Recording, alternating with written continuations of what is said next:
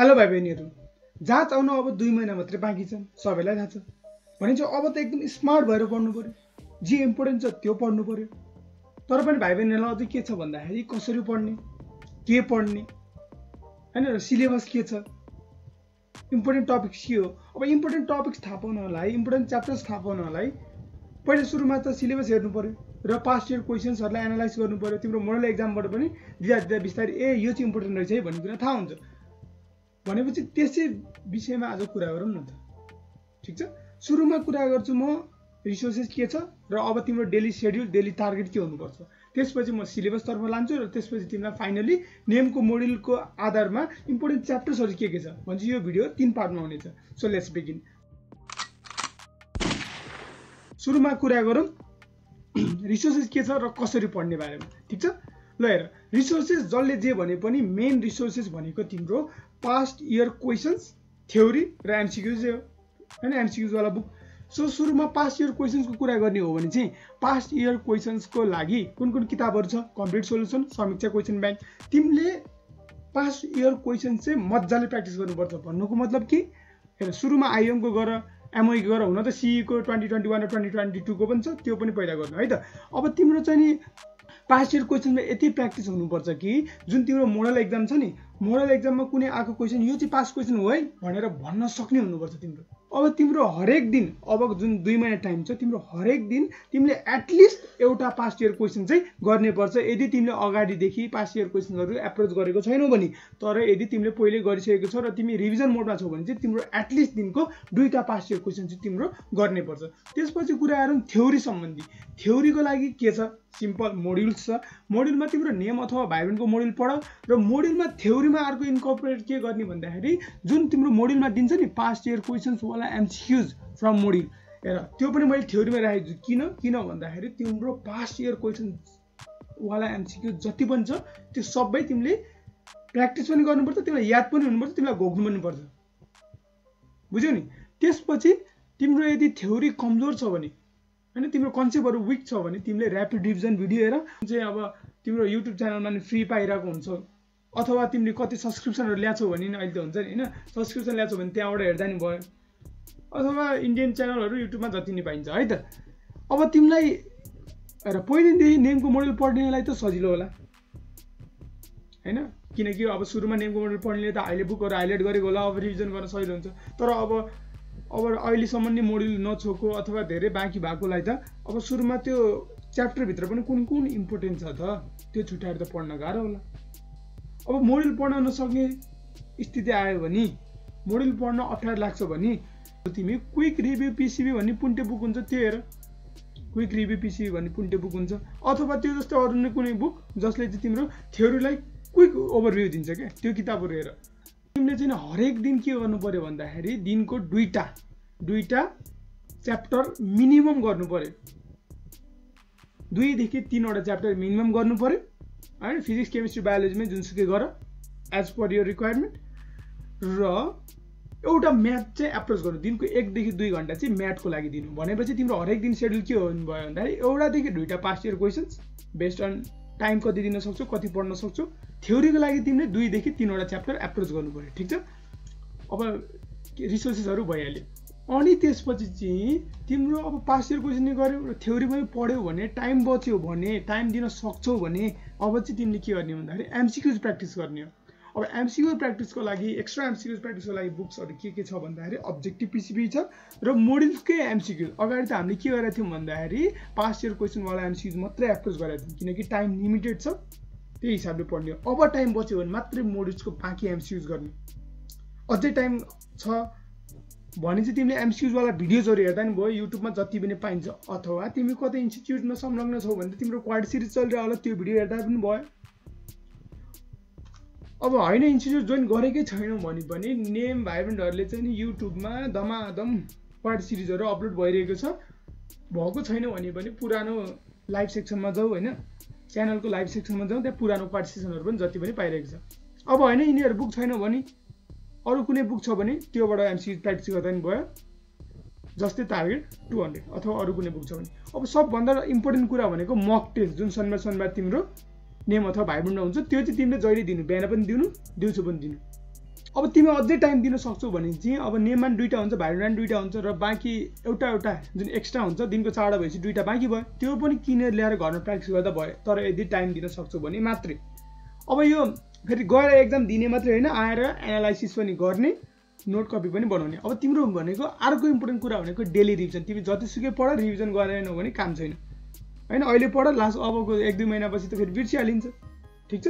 त्यो भएर तिमीले एटलिस्ट दिनको 1 घन्टा चाहिँ आफूले दिनभरि पढेको कुरा रिभिजन गर्नु र विकको शनिबार चाहिँ तिमीले मक टेस्ट दिने र रिभिजन गर्नेलाई मात्रै छुट्याउनु, ठिक छ। र दिएको एक्जामलाई एनालाइसिस पनि गर्नु पर्यो। अनि अर्को कुरा भनेको नोट मेकिङ। नोट मेकिङ भन्नाले भयभरको सबै च्याप्टर सार्ने भन्न खोजेको होइन। जे जे इम्पोर्टेन्ट छ तिमीले, जस्तै अब मक टेस्टहरू दिँदाखेरि पनि जे जे युनिक क्वेसनहरू लाग्छ, युनिक कन्सेप्ट लाग्छ, इम्पोर्टेन्ट कन्सेप्ट जस्तो लाग्छ भने त्यसलाई टक्क टिपेर राख्नु, लास्ट आवरमा रिभिजन गर्न सजिलो हुन्छ। यदि तिमी गर्दै जाँदाखेरि केही डाउटहरू आयो भने होइन, एमसिक्यू सल्भ गर्दा डाउट आयो भने गुगल सर्च गर होइन, कुनै कन्सेप्टहरूमा डाउट लाग्यो भने गुगल सर्च गरेर जति पनि पाइन्छ खोज्नु पर्यो होइन। अब तिमीलाई एमसिक्यू सल्भ गर्न अप्ठ्यारो भयो भने तिमीलाई डाउट नोट भन्ने एप छ, त्यहाँ टक्क फोटो खिच्छ, त्यहाँनिर तिमीले सोल्युसनहरू पाउँछौ होइन। फिजिक्स केमिस्ट्री बायोलोजी म्याथको पनि पाउँछौ। अथवा तिमीलाई अझै गाह्रो भइरहेछ भने चाहिँ तिमी साथीहरूसँगबाट हेल्प लिन सक्छौ अथवा टिचर्सहरूसँग एप्रोच गर।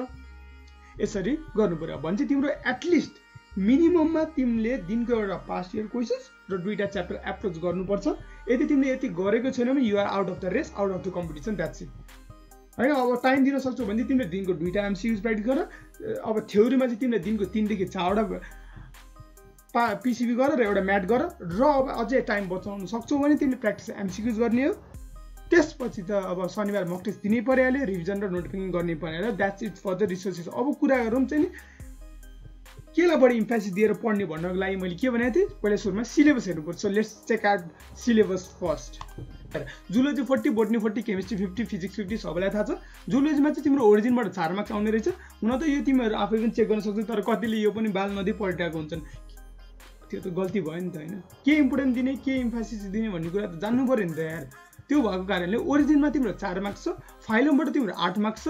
अब हेर, प्लाज्मेटियम अर्थम फ्रगबाट तिम्रो 8 मार्क्स छ, ह्युमन बायोलोजी एन्ड ह्युमन डिजिजबाट तिम्रो 14 मार्क्स छ, इन्भाइरोमेन्टल पोल्युसन एडाप्टेसन एनिमल बिहेभियरबाट तिम्रो 2 मार्क्स छ। अब बोटनीतर्फ कुरा गर्ने हो भने चाहिँ तिम्रो biodiversity, basic component of life भन्नाले चाहिँ एल्गी, फन्जाई, ब्याक्टेरिया, भाइरसहरूबाट चाहिँ तिम्रो 11 मार्क्स छ, इकोलोजी एन्ड इन्भाइरोमेन्टबाट 5 मार्क्स छ, सेल बायोलोजी र जेनेटिक्सबाट चाहिँ 12 मार्क्स छ। सबभन्दा धेरै के रहेछ त सेल बायोलोजी र जेनेटिक्सबाट। र जेनेटिक्सको चाहिँ म भिडियो बनाउनेतर्फ लागिरहेको छु है त। अनि एनाटोमी एन्ड फिजियोलोजीबाट तिम्रो 7 मार्क्स छ, डेभलपमेन्टल एन्ड एप्लाइड बोटनीबाट तिम्रो 5 मार्क्स छ, जेनरल एन्ड फिजिकल केमिस्ट्रीबाट 18, इनअर्ग्यानिक 14, अर्ग्यानिक 18। हेर केमिस्ट्रीको चाहिँ राम्रोसँगले डिभाइड गरेको छैन। अब जेनरल एन्ड फिजिकल केमिस्ट्रीबाट 18 भने चाहिँ त्यसभित्र पनि कुन च्याप्टरलाई चाहिँ पहिला सुरुमा पढ्ने त होइन। यो त लगभग हेर्दाखेरि त बराबर देखियो त, केमिस्ट्रीको त केही पनि देखा छैन जस्तो छ। तर कुनलाई पहिला पढ्ने, कुनलाई पछि पढ्ने भन्ने कुरा कसले भन्नुहुन्छ, कसरी थाहा हुन्छ? अब यो सिलेबस मात्रै हेरेर त थाहा भएन। त्यसको लागि के गर्नु पऱ्यो, पास्ट इयर क्वेसन्स हेर्नु पऱ्यो, तिम्रो मक टेस्ट डेली एनालाइसिस गर्नु पऱ्यो। फिजिक्समा चाहिँ तिम्रो मेकानिक्सतर्फ 10 मार्क्स छ। अब मेकानिक्स पनि कुन च्याप्टरलाई बढी इम्फेसिस दिने, प्रोसेसका मसलालाई बढी इम्फेसिस दिने कि सर्कुलर मसलालाई बढी इम्फेसिस दिने, त्यो कुरा कसरी थाहा हुन्छ? लेट्स मुभ फरवर्ड, अहिले थाहा हुन्छ। हिट एन्ड थर्मोडाइनामिक्समा तिम्रो 6 मार्क्स छ, अप्टिक्सबाट तिम्रो 6 मार्क्स छ, करेन्ट इलेक्ट्रिसिटी एन्ड म्याग्नेटिजमबाट तिम्रो 9 मार्क्स छ, अनि त्यहाँबाट साउन्ड वेभ, इलेक्ट्रोसाइट एन्ड क्यापासिटरबाट तिम्रो 6 मार्क्स छ, मोडर्न फिजिक्स एन्ड न्युक्लियर फिजिक्सबाट तिम्रो 6 मार्क्स छ, सोलिड एन्ड सेमिकन्डक्टरबाट 4 मार्क्स छ, particle physics, social energy and युनिभर्सबाट तिम्रो 3 मार्क्स छ। यो मैले के गरेँ, सर र सिलेबस पढेँ। यो तिमीले आफै पनि पढ्न सक्थ्यौ। म आफै पढ्नु छ भने पनि म लिङ्क डिस्क्रिप्सनमा राखिदिउँला, ठिक छ। यो भयो सिलेबस। अब हामी कुरा गरौँ मुख्य मुद्दा भन्नाले कुनलाई चाहिँ पहिला प्रायोरिटी दिएर पढ्ने त। सिलेबस त हेरियो। अब चाहिँ म तिमीहरूको नेम अथवा भाइब्रेन्ट मोडुललाई चाहिँ सेक्सन गरेर डिभाइड गरिदिएको छु। ल हेर बोटनीमा हेर cell biology, cell division or cell साइकललाई 1 नम्बर दिएको छु भने चाहिँ सुरुमा यसलाई इम्फेसिस दिने, 2 नम्बरमा यसलाई इम्फेसिस दिनुपर्ने रहेछ, 3 नम्बरमा यिनीहरूलाई इम्फेसिस दिनुपर्ने रहेछ भनेर छुट्याइदिएको हो। अब तिमीहरू के गर, टक्क बुक निकाल, यसरी नै के हेर्छ भने के र, अथवा स्क्रिनसट लिइराख र पछि के र। यो बोटनीको भयो,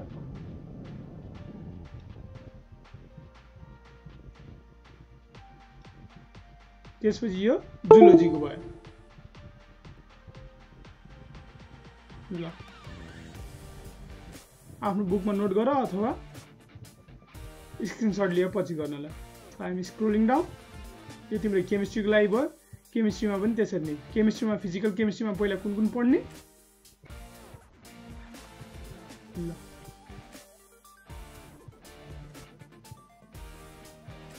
अनि कुरा गरौँ अब अर्ग्यानिकमा चाहिँ फेरि कुनलाई पहिला पढ्ने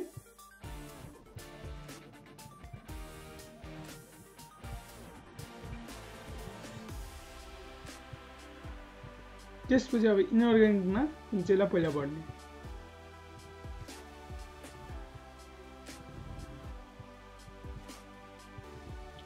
अब कुरा गरौँ फिजिक्स तर्फ हेर मेकानिक्समा पहिला सुरुमा कुन च्याप्टरलाई इम्फासिस दिनु पर्दो रहेछ यो चाहिँ फिजिक्सको चाहिँ ओभरअल छ है हेर 1 नम्बरमा यिनीहरू पढ्ने यो कति नम्बरमा पढ्यो कुन कति नम्बरमा पढ्यो त्यही हिसाबले आफ्नो बुकमा के र अथवा अहिले म देखाउँछु अगाडिको भोल्युम 1 भयो यो भोल्युम 2 भयो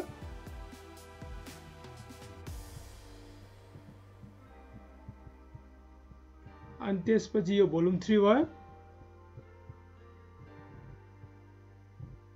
एन्ड यु आर डन अब चाहिँ कुराहरु एक्सेल फाइलमा मैले बनाइदिएको छु जुन अब हेर जुलोजी बोटनी ठीक छ अब हेर जुलोजी मैले छुटाइदिएको छु सुरुमा कुन पढ्ने भन्नाले इम्पोर्टेन्ट च्याप्टर्सलाई माथि राखेको छु भाइ बहिनीहरु भन्छु नि इम्पोर्टेन्ट च्याप्टर के छ इम्पोर्टेन्ट च्याप्टर छ हो यिनीहरु नै छ यो माथिको जति पनि छ त्यो इम्पोर्टेन्ट च्याप्टर भयो डिसेन्डिङ अर्डरमा छ के अब सुरुमा जुलोजीमा कुन इम्पोर्टेन्ट छ त animal tissue origin human evolution animal behaviour हैन plasmodium paramecium earthworm frog human disease immunology सिस्टमहरु यसरी नै जान्छ त्यसैगरी बोटनीको लागि पनि सेल बायोलोजी सेल साइकल यसरी नै जान्छ भनेपछि अब यो पनि तिमी कि त कपी लिएर कपी डाउन गर अथवा स्क्रिनशट लिऊ टाइम 2 महिना छ एकदम स्पेसिफिक भएर एकदम फोकस भएर पढ्नु पर्छ है त ल हेर आई एम स्क्रोलिङ डाउन